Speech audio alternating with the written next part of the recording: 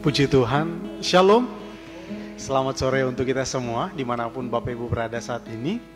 Kita bersyukur untuk hari ini dan kita tetap bersuka cita atas kesempatan yang Tuhan berikan kepada kita. Kita bersyukur karena kita juga harus bersuka cita atas kesempatan ibadah yang Tuhan juga masih berikan kepada kita, walaupun hanya melalui ibadah live streaming, tetapi hati kita masih tetap senantiasa bersyukur kepada Tuhan, masih tetap senantiasa bisa untuk melayani Tuhan dengan ibadah. Mari saat ini kita akan bersama-sama untuk memulaikan ibadah PA kita. Saya mengajak kita untuk bersama-sama memuji Tuhan. Kita mengangkat satu pujian. Kita katakan, Allah Roh Kudus penuhi kami.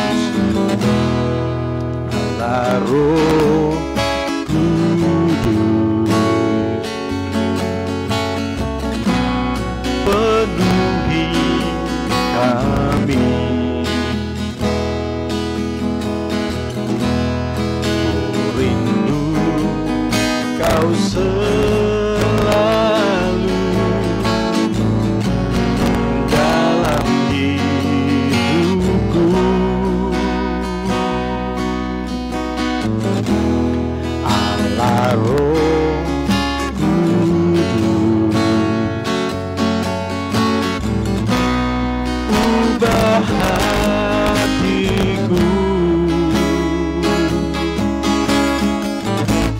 jelikanku, jamalah ku rindu hadiratmu, ku sembah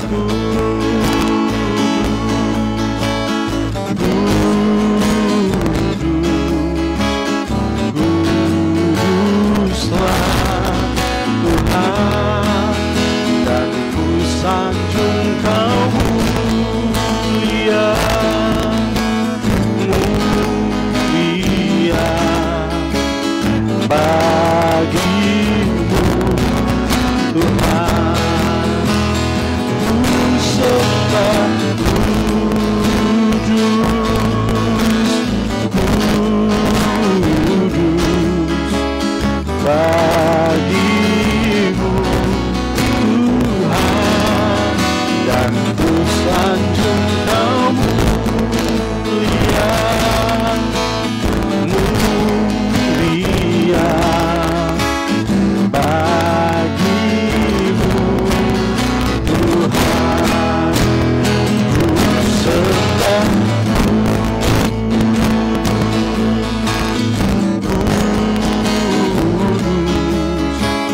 kudus, Tuhan, dan ku sanjung Kau mulia, mulia bagimu Tuhan, dan ku sanjung Kau mulia, mulia bagimu Tuhan. Kita satukan hati, kita berdoa. Segala pujian syukur bagi-Mu ya Bapa di surga. Kami sangat berterima kasih kepadamu Tuhan atas kesempatan indah yang masih Engkau berikan kepada kami semua Tuhan, sehingga saat ini kami masih bisa melaksanakan ibadah kami walaupun hanya media online Tuhan. Tapi kami yakin dan percaya apapun itu ya Tuhan bentuknya, ketika kami hadir, ketika kami bersekutu di dalam nama-Mu Tuhan, walaupun kami dengan ruang yang terpisah ya Tuhan, tapi kami akan percaya ketika kami bersekutu di dalam nama-Mu Tuhan, Engkau hadir bersama-sama dengan kami. Terima kasih Tuhan. Biarlah kami serahkan Tuhan ibadah kami ini mulai dari awal hingga pada akhirnya semuanya dapat berjalan seturut kehendak-Mu Tuhan. Kami berdoa Tuhan untuk umat-umat-Mu Tuhan yang saat ini mereka mungkin masih di tengah kesibukan mereka. Biarlah Tuhan juga menuntun mereka sehingga mereka juga dapat menyaksikan ibadah ini, dan kami bersama-sama akan dibangun oleh kebenaran firman Tuhan. Terima kasih Tuhan. Kami berdoa Tuhan, kiranya Tuhan menyertai kami semua, memberikan pemahaman yang baik supaya kami semakin mengenal Engkau Tuhan. Hamba-Mu secara pribadi mohon hikmat dari Tuhan. Kiranya Tuhan Engkau menguasai seluruh kehidupan hamba-Mu ini, pikiran dan perasaan hamba-Mu, bibir lidah hamba-Mu, semuanya di dalam otoritas Tuhan, dan hamba dapat berkata-kata seturut kehendak-Mu ya Bapa.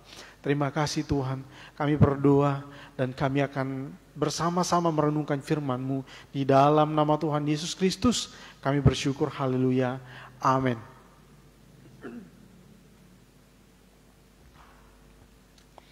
Ya, puji Tuhan Bapak Ibu Saudara, selamat datang untuk kita semua, selamat kita beribadah kembali. Kita mungkin ada yang baru bergabung, saya menyapa kita semua, shalom. Ya, salam damai dalam kasih Tuhan kita Yesus Kristus. Dan hari ini kita sudah berada di bulan Februari ya Bapak Ibu ya. Dan semuanya tetap karena perlindungan Tuhan, karena pembelaan Tuhan bagi kita sehingga kita masih ada.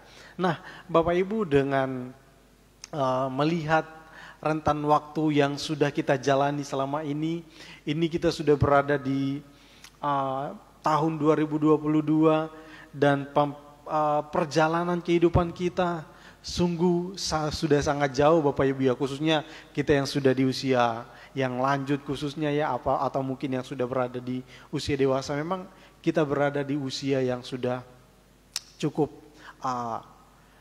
ya kita sudah berada di pengalaman hidup yang cukup banyak dan banyak hal yang kita jumpai, dan tentunya juga dengan perjalanan kehidupan iman kita.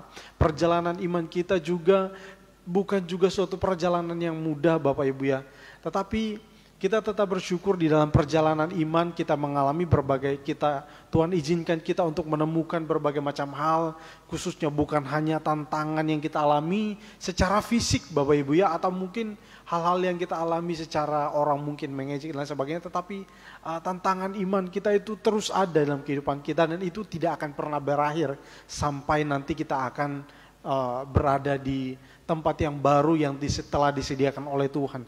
Itu perjalanan iman kita akan terus berlanjut, perjuangan iman kita akan terus berlanjut. Kalau kita lengah, maka kita akan bisa kemungkinan kita akan jatuh, dan bahkan kita mungkin gagal di dalam perjalanan iman. Tetapi kita tetap semangat, yang saya himbau kepada kita semua, kita tetap semangat, khususnya untuk di dalam ibadah PA seperti ini.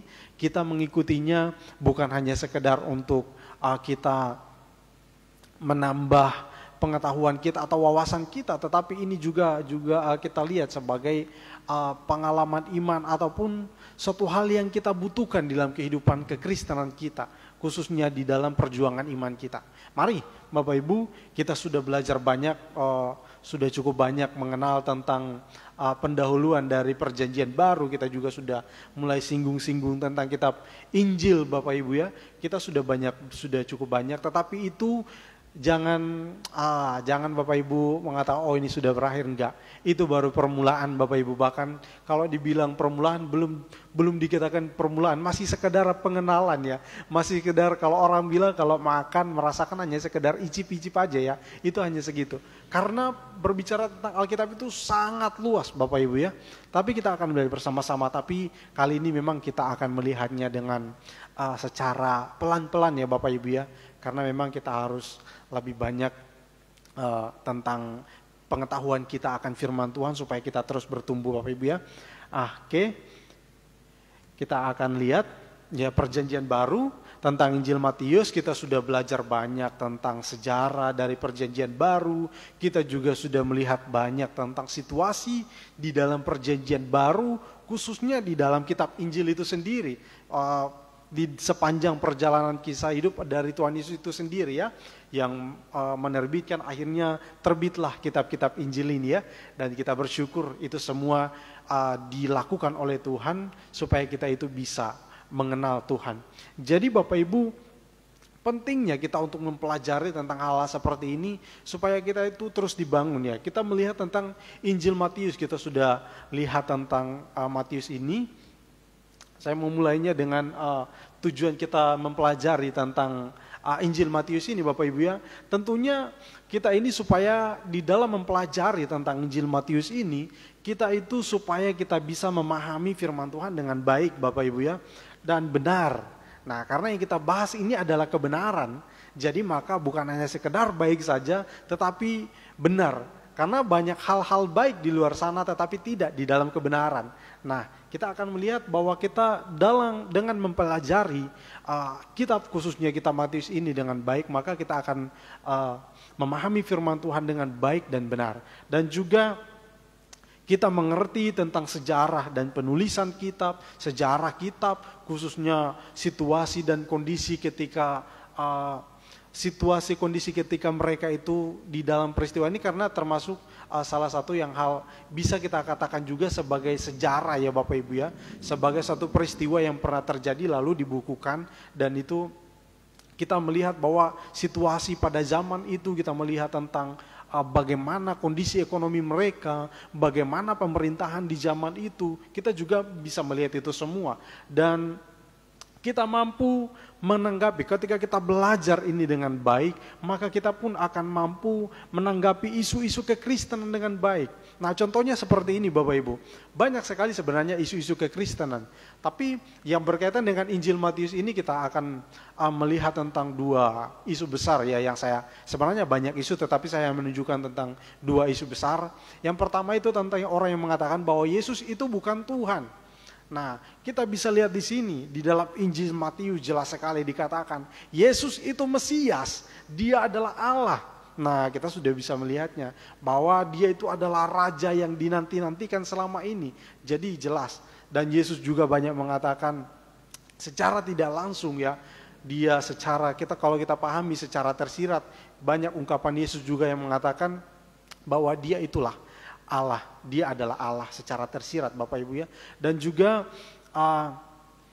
kita juga bisa melihat tentang ada satu isu yang juga mengatakan bahwa Yesus itu tidak mati. Kalau kita baca ya di bagian-bagian akhir kitab Injil Matius ini, kita melihat bahwa orang mengatakan isu yang terjadi sebenarnya isu itu sudah ada sejak dahulu Bapak Ibu ya.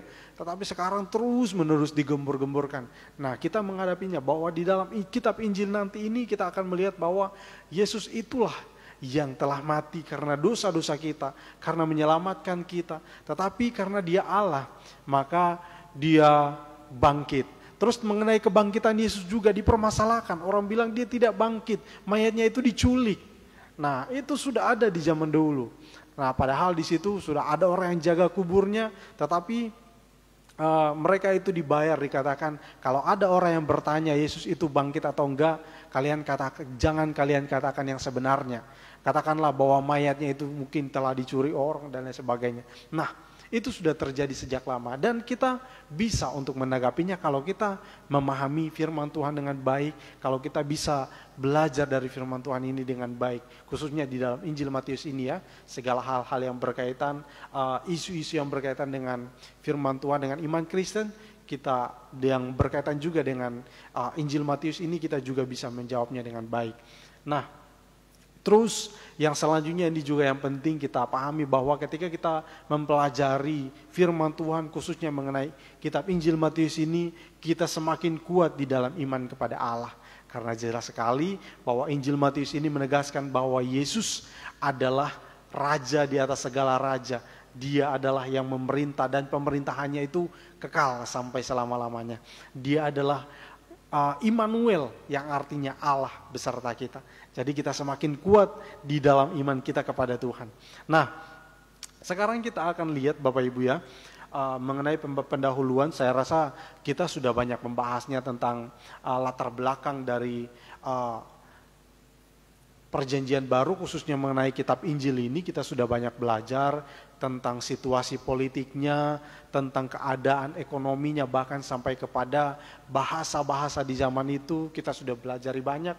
Dan juga tentang penulis juga saya sudah menyampaikan di beberapa waktu yang lalu. Kita sudah tahu bahwa yang menulis adalah rasul atau murid dari Tuhan Yesus itu sendiri, yaitu Matius. Rasul Matius yang adalah seorang pemungut cukai lalu dipanggil oleh Yesus untuk menjadi murid Yesus. Nah, dialah yang menulis. Kita sudah bahas tentang wakapan penulisan kitab ini, kita sudah bahas juga. Dan juga tujuan dari penulisan kitab ini yang tentunya kita pahami kenapa sih harus ditulis kitab-kitab seperti ini. Nah, inilah, karena kalau tidak ada kitab ini sekarang kita mungkin sulit untuk percaya apa yang dikatakan orang-orang tentang Tuhan, apalagi tentang Yesus Kristus. Nah, jadi sehingga penulisan dari kitab dari Alkitab itu sendiri atau khususnya untuk Injil Matius ini merupakan satu bentuk penginjilan secara tertulis kepada kita semua, supaya kita itu percaya kepada Allah, supaya kita itu juga percaya bahwa Yesus Kristus adalah juru selamat yang telah diberikan Allah kepada kita semua, sehingga melalui Dia kita beroleh keselamatan. Nah, kita lanjut Bapak Ibu ya. Nah, kita akan melihat tentang keunikan ya, tentang keunikan dari kitab Injil Matius itu sendiri ya. Kalau Bapak Ibu baca tentang Injil Matius, memang dia berbeda dengan kitab-kitab Injil yang lain. Kalau kita baca, kalau Injil-Injil yang lain itu sedikit singkat dan juga banyak hal-hal yang tidak dicantumkan di situ ya. Tetapi di dalam Injil Matius banyak, dia memuat banyak sekali hal-hal yang sehingga bisa dia tuliskan dengan secara terperinci ya, detail. Terus juga itu sehingga saya menyebutkan bahwa keunikannya dia itu lebih detail kalau menerangkan sesuatu.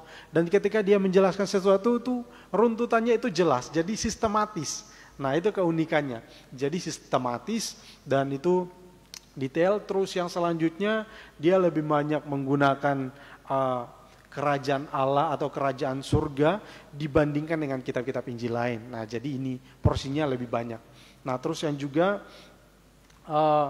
kitab Injil Matius ini sendiri juga lebih banyak tentang menekankan bahwa tentang peristiwa di dalam kehidupan Yesus ini merupakan penggenapan dari apa yang telah dinubuatkan di zaman Perjanjian Lama. Nah, jadi Matius ini banyak sekali menunjukkan bahwa Yesus ini, ya kalau kita baca juga kita akan melihat bahwa dia menunjukkan juga bahwa ini Yesus ini sepanjang kehidupannya ini apa yang dia lakukan, apa yang dia katakan, apa yang dia kerjakan di dalam pelayanannya semua itu semua adalah penggenapan. Apa yang telah dinubuatkan, apa yang telah dijanjikan oleh Tuhan di dalam Perjanjian Lama, itu semua dinyatakan atau digenapi di dalam Tuhan Yesus Kristus. Nah, itulah salah satu keunikan yang ditonjolkan dari yang kita dapat lihat dari kitab Injil Matius ini. Terus yang selanjutnya, Injil Matius ini juga menekankan tentang dia itu lebih banyak menekankan tentang standar kebenaran dari kerajaan Allah. Nah, kalau kita baca Injil Matius, kita akan menemukan banyak hal tentang bahwa kalau kita sebagai anak-anak Tuhan, sehingga dikatakan juga hendaklah kamu sempurna sama seperti Bapamu yang di surga adalah sempurna. Terus juga banyak hal dia nyatakan tentang bagaimana harus hidup dan sebagainya, bahkan cara berdoa, cara kita ini dan lain sebagainya, banyak sekali itu dimuat di dalam kitab Injil Matius ini. Nah, itu merupakan yang dikatakan bahwa dia itu lebih banyak menekankan tentang standar dari standar kebenaran dalam kerajaan Allah. Terus yang selanjutnya menekankan tentang kuasa kerajaan Allah atas dosa, penyakit, setan, bahkan kematian. Jadi menekankan tentang hal itu. Jadi bahwa dia menjelaskan bahwa ketika kita itu berada di dalam situasi, maksudnya di dalam keadaan, di dalam kerajaan Allah itu sendiri, intinya dia menyatakan bahwa di dalam kerajaan Allah itu tidak ada lagi dosa, lagi tidak ada lagi di sana. Penyakit itu tidak ada lagi di sana. Setan-setan tidak ada di sana. Bahkan kematian itu tidak ada lagi di sana. Nah, inilah salah satu keunikan yang ditunjukkan di dalam kitab Injil Matius itu. Jadi sehingga kalau kita membaca dari Injil Matius itu banyak sekali menunjukkan tentang pengampunan, dan juga ada juga menunjukkan tentang pengampunan, ada juga banyak sekali Yesus melakukan mujizat-mujizat. Di dalam melakukan mujizat itu dia juga mengatakan tentang mengajarkan tentang kerajaan Allah, dan itu juga kita bisa melihat di sana, bahkan orang yang mati pun dibangkitkan. Nah, jadi ini salah satu keunikan di dalam kitab Injil Matius itu. Nah, kita akan melihat yang seterusnya tentang garis-garis besar dari maafkan ya Bapak Ibu kalau terlalu cepat. Oke, kita lihat sejenak. Nah, jadi itulah tentang keunikan dari kitab Injil Matius itu sendiri, bahwa memang berbeda dengan kitab-kitab yang lain. Kalau kita baca, dia memuat lebih banyak hal dan menjelaskannya juga secara detail, sampai mungkin hal-hal yang kecil juga dia bisa jelaskan dan menjelaskannya secara sistematis. Nah, ini juga berhubungan dengan status sosial dari Matius itu sendiri sebagai seorang penulis. Kita tahu Matius ini adalah seorang pemungut cukai, sehingga kita juga dapat menyimpulkan bahwa dia ini adalah orang yang terpelajar, ya. Nah, jadi dari tulisannya kita juga bisa melihat, sehingga kalau kita baca Injil Matius itu kita bisa melihat tentang karya Matius itu sendiri, kita menyimpulkan oh dia ini orang yang terpelajar. Nah, itu Bapak Ibu ya, sehingga kita lihat kalau saya katakan tadi sistematis, dia juga detail dalam menuliskan kisah Yesus. Nah, itulah yang kita lihat. Sekali lagi saya tekankan kepada kita Bapak Ibu, bahwa ketika berbicara tentang Injil Matius, Markus, Lukas, Yohanes, memang namanya Injil Matius, Injil Markus, Injil Lukas, Injil Yohanes, tetapi itu bukan berbicara tentang pribadi mereka, tetapi semuanya berbicara tentang Injil Tuhan Yesus Kristus. Nah, hanya yang menuliskan mereka, makanya dituliskan dengan nama mereka. Selanjutnya Bapak Ibu, kita akan pelan. Ini garis-garis besar dari Injil Matius itu sendiri. Nah, Bapak Ibu, untuk kalau untuk mempermudah, karena ini saya buat secara umum, untuk mempermudah Bapak Ibu Saudara sekalian, ini Bapak Ibu bisa baca sesuai dengan perikop-perikopnya ya. Tetapi kalau kita tulis perikopnya itu akan terlalu sangat banyak Bapak Ibu ya. Tetapi kita akan lihat secara garis besar Injil Matius itu sendiri. Nah, pasal 1 dan sampai pasal yang kedua, itu di situ kita akan menemukan tentang silsilah dan peristiwa kelahiran Tuhan Yesus. Nah, jadi ketika kita baca, ya, misalnya seperti ini Bapak Ibu ya. Pasal 1 itu di ayat 1 sampai ayat yang ke-17 Bapak Ibu ya. Perikopnya itu silsilah Yesus Kristus. Nah, nanti kita akan lihat karena nanti ada bagian sendiri kita akan membahas tentang silsilah ini. Jadi silsilah Yesus Kristus. Yesus Kristus itu jadi punya silsilah. Nah, kita bisa lihat kenapa sih harus dituliskan silsilahnya, dan kenapa sih kalau Injil yang lain misalnya kitab Lukas dan Markus itu berbeda. Silsilahnya itu memang berbeda. Tapi kita tidak perlu pusing tentang itu, nanti kita akan lihat secara dengan baik ya supaya kita mengerti. Dan mereka menuliskan silsilah itu di awal atau mungkin di bagian tengah mungkin, atau setelah masuk beberapa bagian baru mereka tuliskan silsilah. Itu semua punya alasan masing-masing. Dan mereka itu kenapa dituliskan demikian? Karena mereka punya penekanan tersendiri ya. Jadi sesuai dengan tujuan mereka menuliskan kitab itu. Sehingga kalau misalnya Injil Matius dituliskan dengan silsilah terlebih dahulu, berarti dia punya maksud. Nah, dia punya tujuan kenapa silsilah itu diletakkan di awal itu ya. Dan yang selanjutnya kalau kita baca di pasal yang ketiga, di sana kita akan melihat tentang kisah Yohanes Pembaptis dan juga kisah di mana Yesus itu dibaptis. Nah, jadi kita melihat bahwa di dalam pasal yang ketiga itu kita akan lihat di ayat yang pertama Yohanes Pembaptis. Nah, ini menjelaskan tentang Yohanes Pembaptis dan di dalam pelayanannya. Terus yang kita lihat juga di pasal yang ketiga ini Yesus dibaptis Yohanes. Nah, itu ya. Jadi pasal yang ketiga ini berbicara tentang Yohanes Pembaptis, dan kita lihat bahwa di dalam menjelaskan ini ketika hal itu dituliskan berarti ada hubungannya dengan Yesus. Nah, Yohanes memang karena Yohanes itu adalah nabi yang memang mempersiapkan jalan. Nah, jadi kita pahami sehingga ketika dia membuka jalan dan di sana dialah yang membaptis Tuhan Yesus. Terus yang selanjutnya di pasal yang keempat, ya ayat 1 ya sampai ayat yang ke-11 itu kita akan melihat tentang pencobaan di padang gurun. Terus itu merupakan ketika Yesus itu selesai setelah di masa itu dia berpuasa Bapak Ibu ya. Berpuasa 40 hari 40 malam, kita tahu kisah itu, dan terjadilah pencobaan di padang gurun. Terus yang selanjutnya pasal 4 ayat yang ke-12 sampai sampai pasal ya di sana kita akan melihat bahwa tentang pelayanan Tuhan Yesus. Yang pertama itu dimulai dengan Yesus itu memanggil murid-murid yang pertama. Kita bisa lihat di dalam pasal 4 ayat yang ke-23. Maafkan, pasal 4 ayat yang ke-12 maksud saya 18. Yesus memanggil murid-murid yang pertama. Nah, di situ kita bisa lihat. Dan ketika Yesus berjalan menyusur danau Galilea, dia melihat dua orang bersaudara, yaitu Simon yang disebut Petrus dan Andreas saudara-saudaranya, dan mereka sedang menebarkan jala. Nah, lalu Yesus memanggil mereka. Ikutlah aku kamu akan aku jadikan penjala manusia. Nah, ini pemanggilan dari murid-murid yang pertama. Terus yang selanjutnya kita akan menemukan juga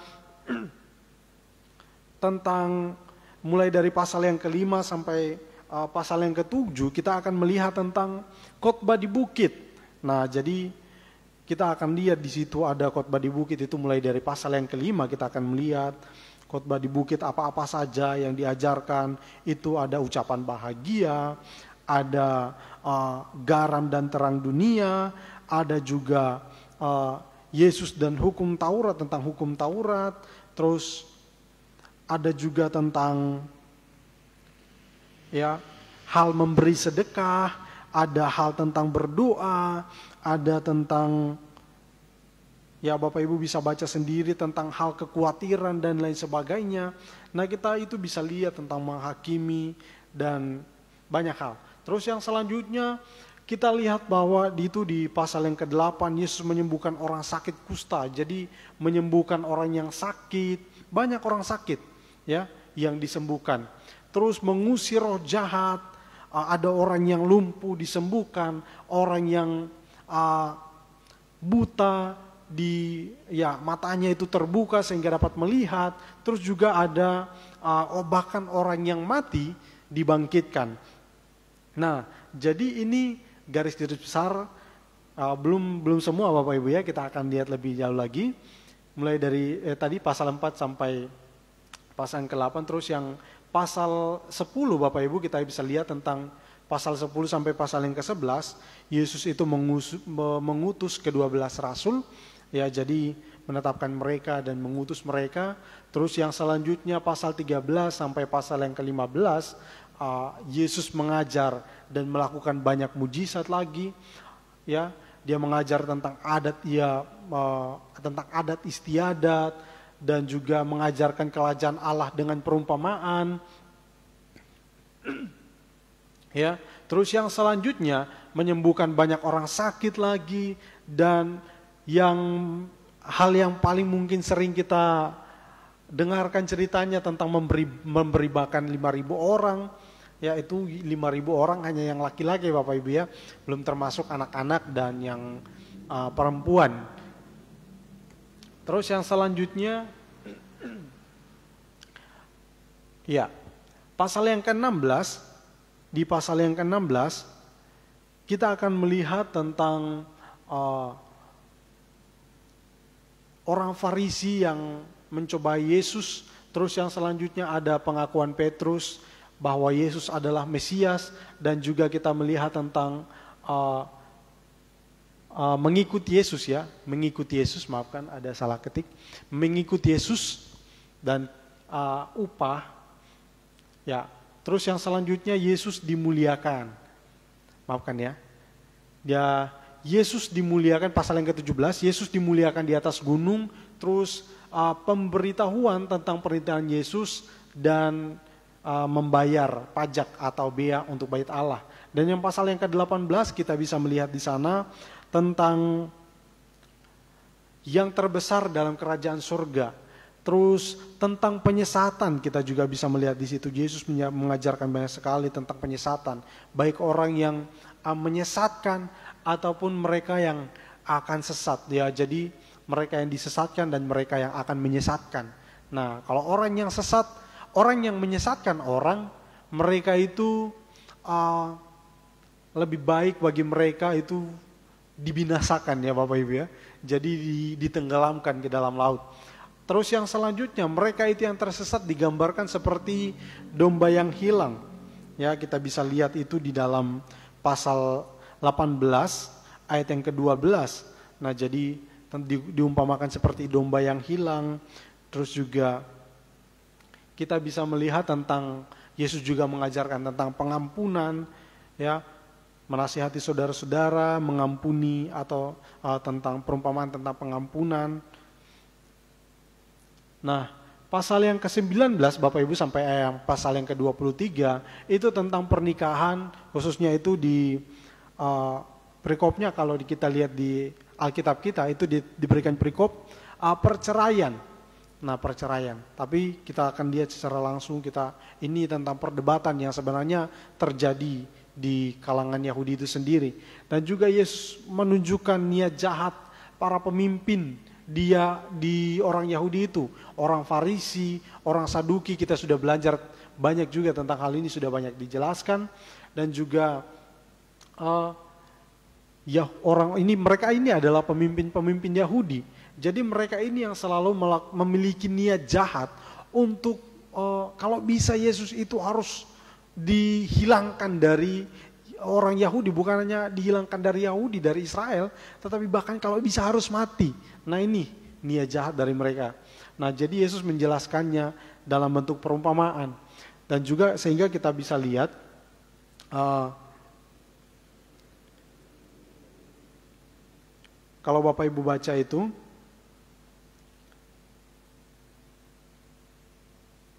ya, kalau Bapak Ibu baca bahwa ketika Yesus itu memberikan itu, sampai Yesus itu bahkan menghardik mereka ya. Jadi Yesus bahkan sampai menunjukkan bahwa dia itu memang benar-benar geram dengan mereka. Terus yang selanjutnya, mengikut Yesus dan upahnya, dan ini kita sudah lihat juga di kalau Bapak Ibu baca, Bapak Ibu akan menemukan hal ini. Dan kalau kita lanjut, kita akan menemukan di pasal yang ke-24 itu berbicara tentang akhir zaman, khotbah tentang akhir zaman. 24 sampai 25 Bapak Ibu ya. Ya, tentang bait Allah diruntuhkan, dan juga di pasal yang ke-26 sampai 27 itu tentang peristiwa penangkapan Yesus dan sampai kematian Yesus. Nah, pasal yang ke-28 di bagian yang terakhir, kita akan menemukan tentang Yesus itu bangkit atau kebangkitan Tuhan Yesus. Nah, dia menampakkan diri atau menunjukkan diri kepada murid-murid, dan itu suatu untuk membuktikan bahwa dia benar-benar bangkit seperti apa yang telah dikatakannya. Dan yang selanjutnya, dia itu memberi kuasa kepada murid-murid sehingga mereka juga untuk memberitakan Injil atau kabar baik itu. Jadi mereka itu diperlengkapi dengan kuasa untuk memberitakan Injil, mulai dari tempat mereka sendiri sampai kepada seluruh dunia. Nah, Bapak Ibu, di sini kita akan menemukan bahwa dari kitab Injil Matius ini memang kita akan menemukan banyak hal yang dapat kita pelajari. Kalau kita melihat bahwa memang berbeda dengan kitab-kitab yang lain. Kalau kitab-kitab yang lain itu, kitab Injil yang lain maksud saya, itu menuliskan beberapa peristiwa itu hanya sepenggal atau hanya secara secara begitu aja ya, tidak begitu detail. Tapi Matius menuliskannya dengan lebih banyak. Nah, tadi kita sudah melihat tentang garis-garis besar dari Injil Matius itu sendiri. Sekarang Bapak Ibu, saya rindu kita untuk melihat satu bagian, saya mengawalinya dengan silsilah dari Tuhan Yesus itu sendiri. Seperti tadi yang saya telah katakan di awal, bahwa Matius ini menempatkan silsilah itu di bagian yang pertama. Nah, kenapa mungkin kita akan berpikir bahwa apa sih uniknya dari silsilah itu? Kalau Bapak Ibu baca, kalau mungkin di dalam kitab Perjanjian Lama, kita juga akan menemukan tentang silsilah yang begitu sangat panjang Bapak Ibu. Baca silsilah itu mungkin kita akan merasa bosan, akan merasa ngantuk, hilang selera untuk membaca, atau bahkan ini bukan sesuatu yang penting mungkin ya. Kita mungkin akan berpikir demikian. Apa sih uniknya dari silsilah itu? Nah, Bapak Ibu, memang kita secara begitu, kalau kita melihat secara demikian atau mungkin lihat secara sepintas, kita tidak akan mengerti tentang hal itu. Tetapi seorang penulis, jadi Matius itu sendiri menulis silsilah itu bukan hanya sekedar ditulis begitu saja. Tentunya dia punya tujuan untuk menuliskan ini. Kalau saya bacakan, untuk itu biar kita lebih memahami hal ini, saya akan bacakan tentang silsilah ini. Dari Matius pasal yang pertama ayat 1 sampai ayat yang ke-17 ya Bapak Ibu ya. Saya akan bacakan. Jadi saya harap Bapak Ibu tetap semangat dengar silsilah ya. Jadi baca Alkitab karena ini adalah firman Tuhan. Walaupun silsilah kita hanya baca memperanakan ini, tapi ini tetap adalah firman Tuhan karena ditulis di dalam Alkitab. Nah, di situ dikatakan silsilah Yesus Kristus. Inilah silsilah Yesus Kristus, anak Daud, anak Abraham. Abraham memperanakan Ishak, Ishak memperanakan Yakub, Yakub memperanakan Yehuda dan saudara-saudaranya. Yehuda memperanakan Peres dan Zerah dari Tamar.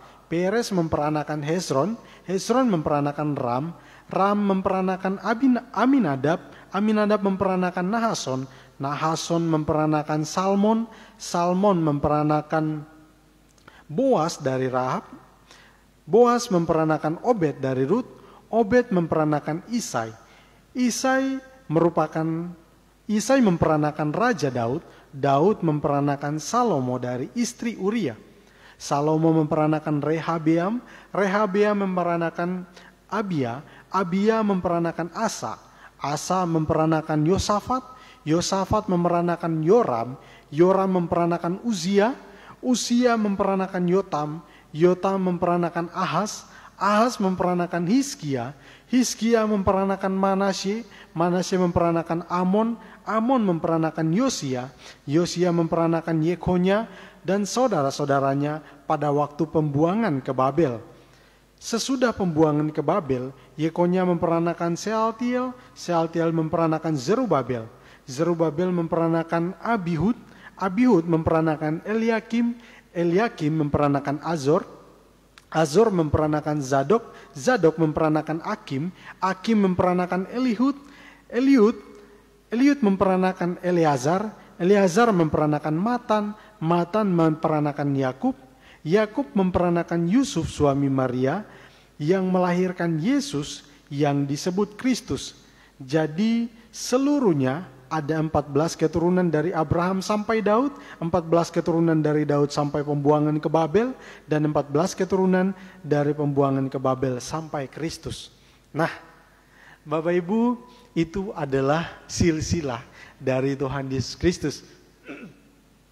Jadi Bapak Ibu, saya harap ketika Bapak Ibu membaca Alkitab dan menemukan silsilah, Bapak Ibu tidak mungkin orang-orang ketika menemukan silsilah bosan lalu dilompati, lalu dilewatkan ya Bapak Ibu ya. Tetapi di sini kita belajar bahwa pentingnya kita untuk memahami silsilah ini, bahwa ini merupakan juga satu bagian penting di dalam Alkitab. Karena dari sini kita mengerti bahwa di dalam penulisan silsilah ini, khususnya untuk kitab Matius, ini merupakan satu bagian yang penting. Sebab itu menurut Matius ini merupakan bagian yang penting. Sebab itu dia meletakkan silsilah ini di bagian yang pertama.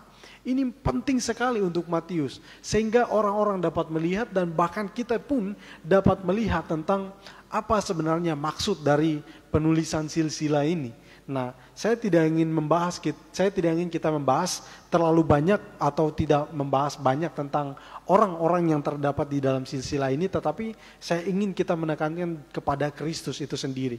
Nah, dari sini kita melihat tentang apa sih sebenarnya yang ingin disampaikan penulis kepada kita melalui silsilah ini.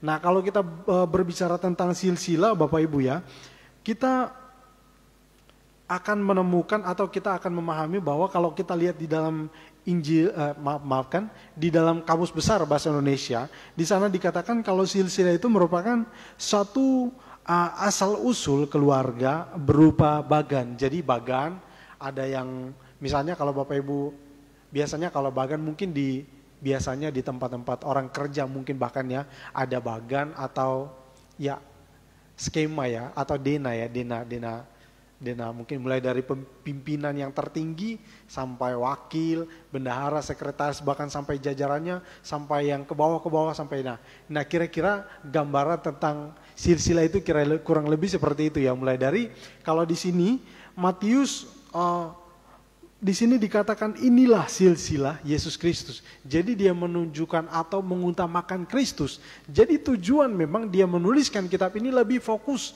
kepada Kristus. Jadi bukan kepada dirinya sendiri, melainkan dia ingin memperkenalkan siapa sih sebenarnya Yesus itu, siapa sih sebenarnya Kristus itu. Atau mungkin dia akan menunjukkan bahwa inilah Mesias. Nah, jadi inilah silsilah Yesus Kristus, anak Daud, anak Abraham. Anak Daud, anak Abraham, apa maksudnya? Nah, kita akan melihat bahwa memang dia sengaja menuliskan ini. Nah, tadi kalau kita melihat bahwa silsilah itu merupakan satu asal usul mulai dia sehingga dia menjelaskan anak Daud, anak Abraham sehingga dia mengatakan di situ Abraham. Jadi dia mulai dari Abraham. Nah, mulai dari Abraham, kalau kita gambarkan Abraham memperanakan ini dan ke bawah sampai ujungnya, puncaknya ya, sampai kepada Yesus. Nah, dan sampai di situ itu berhenti.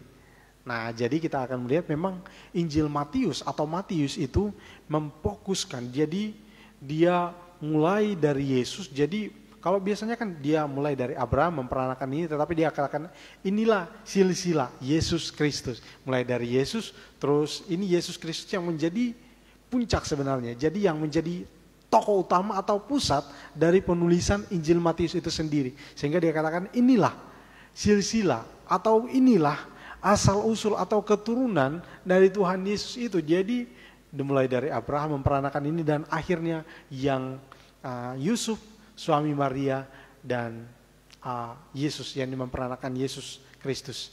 Nah, di sini kita melihat bahwa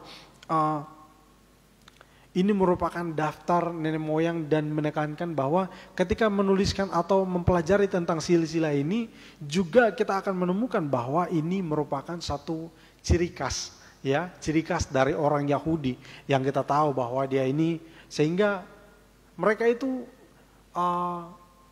tidak akan mudah terhilang. Oh, ini dia ini orang Israel. Orang Israel itu kan banyak Bapak Ibu ya. Nah, lebih spesifik lagi, oh dia dari suku ini. Dia dari suku misalnya dari Yahudi, dia dari suku ini dan sebagainya. Nah, kita akan bisa lihat demikian. Nah, itu merupakan ciri khas atau satu hal yang khusus dari orang Yahudi itu sendiri. Kalau di Indonesia kita lebih spesifik lagi, kira-kira seperti orang Batak ya.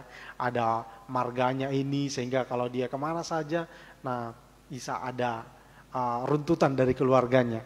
Nah, terus yang selanjutnya Injil Matius ini atau tentang silsilah ini kita melihat bahwa Matius ini ingin menunjukkan bahwa Yesus ini adalah orang Israel asli, ya, orang Israel asli. Jadi bukan orang yang hanya sekadar datang lalu diangkat, anak angkat mungkin ya, orang yang mungkin di luar Israel lalu datang lalu diangkat lalu dimasukkan dalam keluarga orang Israel itu sendiri, bukan.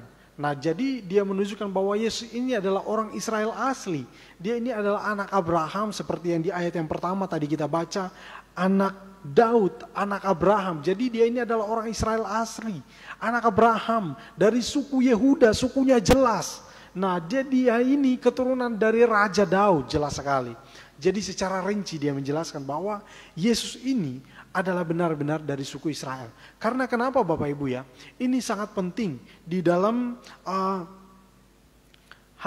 hal khususnya di dalam pelayanan Yesus Bapak Ibu ya. Karena ini berbicara tentang keturunan itu khususnya untuk bangsa Israel itu merupakan satu hal yang penting Bapak Ibu ya. Khususnya seperti ini, misalnya contohnya ketika dari yang melayani, misalnya orang-orang yang melayani di bangsa Israel itu, orang-orang yang melayani di Bait Allah itu hanya satu suku Bapak Ibu ya, itu hanya orang Lewi. Nah, jadi dari suku lain itu nggak boleh. Nah, jadi apalagi dari suku lain itu nggak boleh, apalagi dari orang luar. Sehingga ini juga menjelaskan bahwa memang dia ini dijelaskan anak Daud, anak Abraham. Jadi kita melihat bahwa tujuan dari penulisan silsilah ini yang ditekankan inilah silsilah Yesus Kristus, anak Daud, anak Abraham. Ya. Ya, anak Daud, anak Abraham. Jadi anak Daud. Jadi menekankan kalau Yesus itu tampil sebagai raja, jadi kalau misalnya dia orang yang ingin memerintah, misalnya dia itu mau jadi raja ya Bapak Ibu ya, misalnya dia akan jadi raja, berarti secara tradisi bangsa Israel, kalau dia tidak keturunan raja, maka itu hal yang mustahil untuk dia memimpin, untuk dia menjadi sebagai raja. Sehingga ditegaskan di sini di ayat yang pertama tadi, inilah silsilah Yesus Kristus, anak Daud, anak Abraham.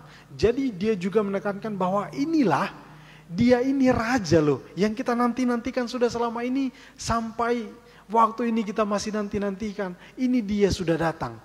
Nah, rajanya sudah datang, sehingga dikatakan anak Daud. Jadi itu berkaitan sekali, jadi silsilah itu menunjukkan tentang statusnya Yesus di dalam bangsa Israel.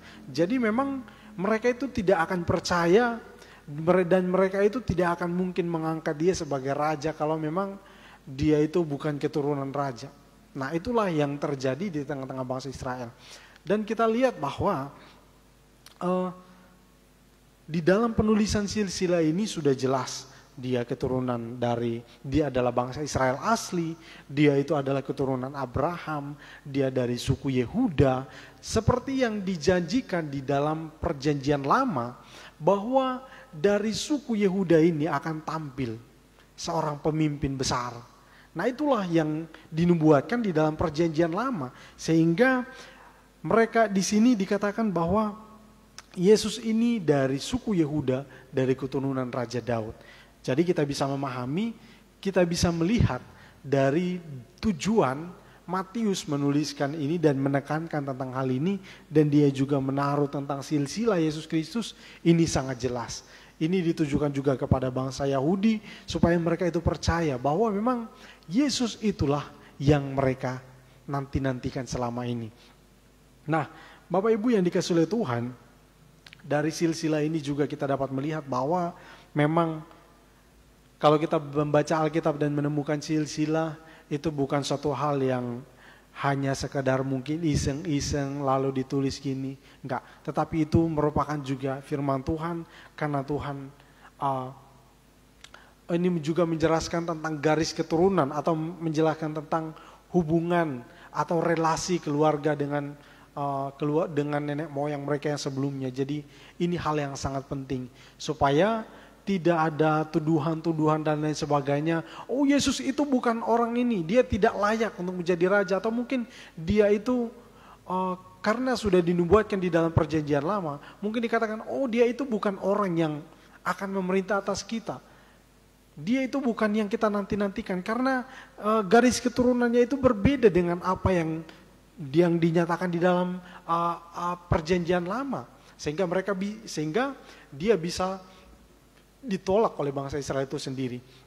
Tetapi di sini kita melihat bahwa memang apa yang dinubuatkan di dalam perjanjian lama itu semua dinyatakan di dalam Tuhan Yesus Kristus. Seperti yang telah kita pelajari di awal tadi, bahwa salah satu keunikan dari Injil Matius ini, Matius menuliskan banyak hal tentang apa yang di dalam kehidupan Yesus itu merupakan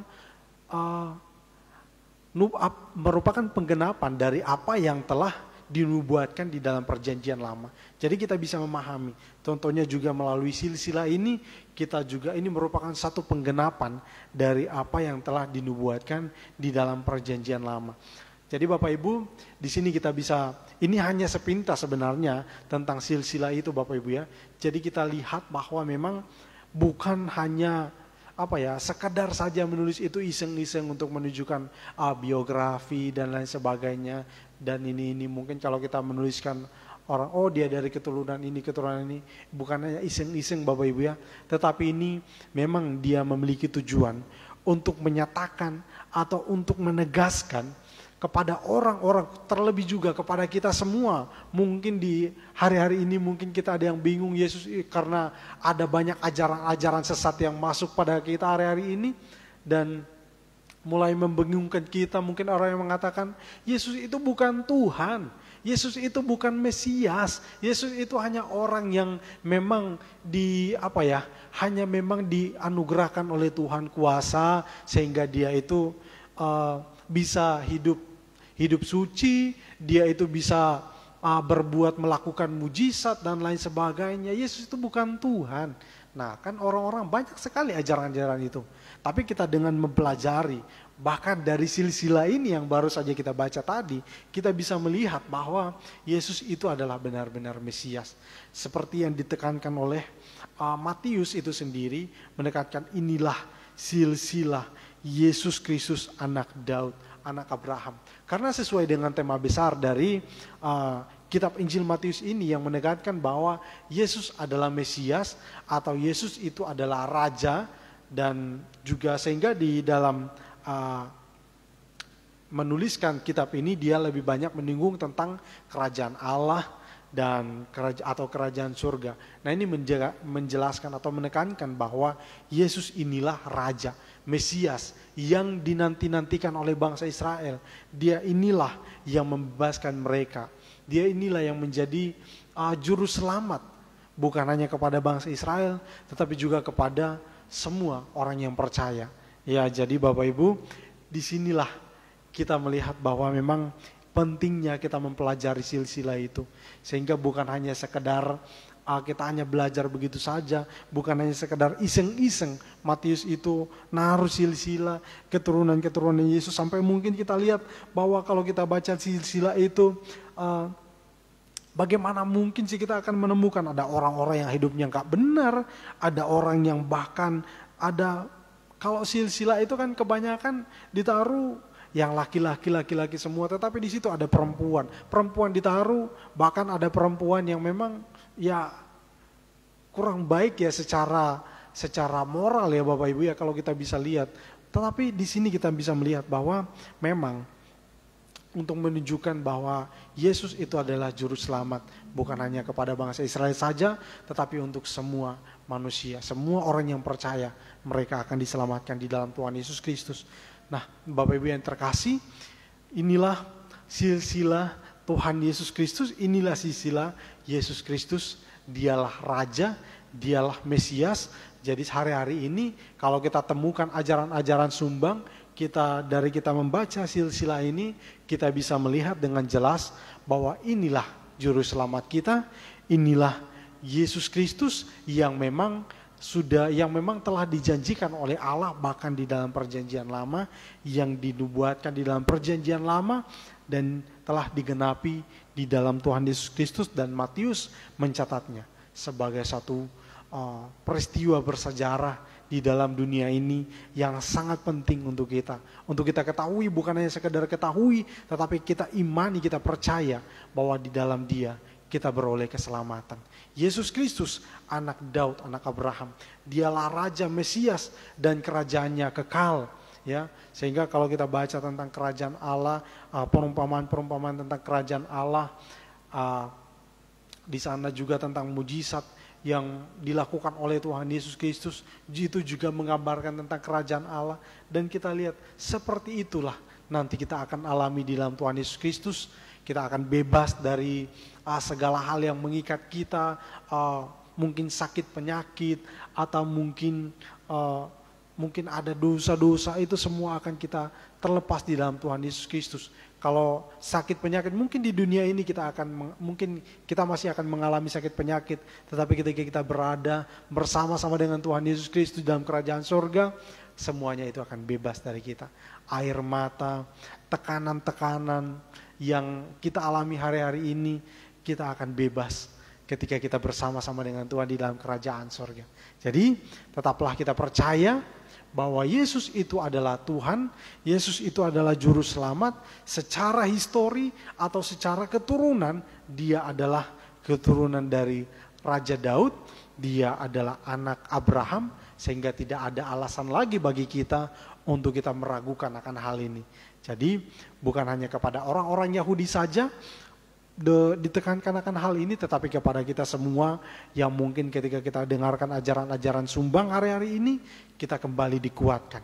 Ya, jadi melalui silsilah ini, di sini kita melihat tentang Tuhan Yesus Kristus yang merupakan Raja dan Juru Selamat bagi kita semua. Sekian untuk PA hari ini. Maafkan Bapak Ibu, ini masih sangat singkat dari apa yang seharusnya untuk kita ketahui, tetapi tidak mengapa. Kita akan tetap semangat untuk belajar. Dan ingat Bapak Ibu, sekali lagi, kalau kita temukan ayat-ayat yang mengatakan misalnya Abraham memperanakan Ishak, Ishak memperanakan Yakub, Yakub memperanakan Yehuda dan saudara-saudaranya. Jadi ini bukan hanya sekedar iseng-iseng ditulis, bukan hanya sekedar bercanda mereka tulis masukkan itu, atau mungkin hanya sekedar nambah supaya lebih banyak tulisannya, tidak. Tetapi ini memang penting untuk kita ketahui supaya kita mengerti bahwa Yesus itu memang adalah, di satu sisi kita mengerti bahwa Yesus adalah Mesias, di anak Allah atau Yesus atau Juru Selamat. Tetapi di sisi lain kita juga mengerti, memang kita tahu bahwa Yesus adalah Allah, kita tahu bahwa Yesus adalah Tuhan, tetapi dari silsilah ini kita juga bisa melihat bahwa Yesus itu adalah manusia. Karena Dia lahir dari manusia. Jadi kita tidak pernah meragukan lagi ya tentang Tuhan Yesus Kristus, karena memang yang membebaskan manusia, harus manusia, tetapi dia harus manusia yang tanpa dosa. Jadi tidak perlu kita ragukan lagi akan hal ini. Kita tetap percaya kepada Tuhan dan kita tetap semangat untuk mengikut Dia. Amin. Tuhan Yesus memberkati. Kita akan kembali memuji Tuhan, Bapak Ibu ya. Maafkan kalau saya terlalu cepat, Bapak Ibu ya. Nanti Bapak Ibu bisa putar lagi.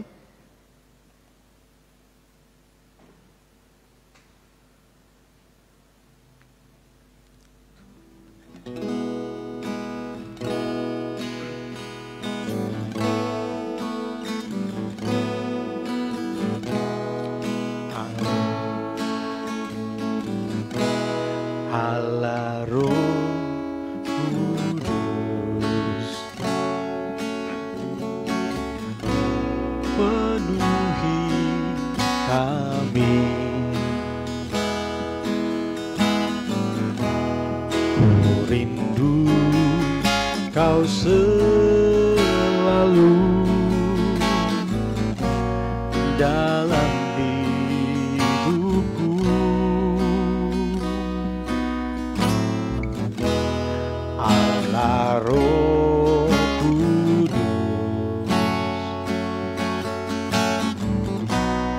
ubah hatiku, jalikanku, jamalah ku rindu hadiratmu. Ku sembah kudus, kudus, kuduslah Tuhan, dan ku sanjung Kau mulia, mulia bagimu Tuhan. Ku sembah kudus, kudus, kuduslah Tuhan, dan ku sanjung Kau mulia, mulia bagimu Tuhan, dan ku sanjung Kau mulia, mulia bagimu Tuhan. Puji Tuhan. Sebelum kita mengakhiri dengan kita berdoa, kita tetap saya menyampaikan pengumuman kita untuk ibadah seminggu berjalan ini. Kita akan melaksanakan ibadah di hari Sabtu nanti, ada ibadah untuk kaum muda, kita tetap semangat. Dan juga di hari Minggu ada ibadah raya jam 8 pagi. Dan ibadah setelah itu ada ibadah sekolah minggu jam 4 sore. Dan di hari Rabu nantinya kita akan kembali lagi beribadah dalam ibadah PA jam 5 sore. Masih tetap live streaming Bapak Ibu ya. Untuk ibadah raya memang ibadah tetap muka, tetapi kami juga menyediakan ibadah live streaming. Jadi Bapak Ibu yang mungkin berhalangan karena keadaan yang memang tidak memungkinkan untuk menghadiri ibadah di tempat ini, di gereja ini, tidak mengapa, Bapak Ibu bisa mengikutinya melalui live streaming di Facebook GPT Lumajang. Dan untuk ibadah-ibadah kita, Bapak Ibu juga bisa mendengarkan kembali dalam siaran tunda. Bapak Ibu bisa lihat di YouTube GPT Lumajang ya. Jadi tetap semangat kita untuk beribadah. Ini merupakan hal yang penting dalam kehidupan kita. Kita akan berdoa untuk mengakhiri ibadah kita saat ini. Kita satukan hati, kita berdoa. Bapa di surga, terima kasih, kami mengucap syukur untuk hari ini. Dan kami bersyukur Tuhan untuk apa yang telah Engkau kerjakan dalam kehidupan kami dan penyertaan-Mu sepanjang ibadah kami dari awal sampai pada akhirnya. Semuanya dapat berjalan dengan baik. Tuhan tolong kami di dalam memahami kehendak-Mu Tuhan, di dalam memahami firman-Mu, dan khususnya mengenai kitab Injil Matius ini, seperti yang telah kami pelajari tentang silsilah, Tuhan menolong kami untuk kami mengerti dan kami semakin percaya bahwa Engkaulah Tuhan, Engkaulah Yesus Kristus yang benar-benar adalah Tuhan dan Juru Selamat kami yang telah datang ke dalam dunia. Terima kasih Tuhan, terima kasih.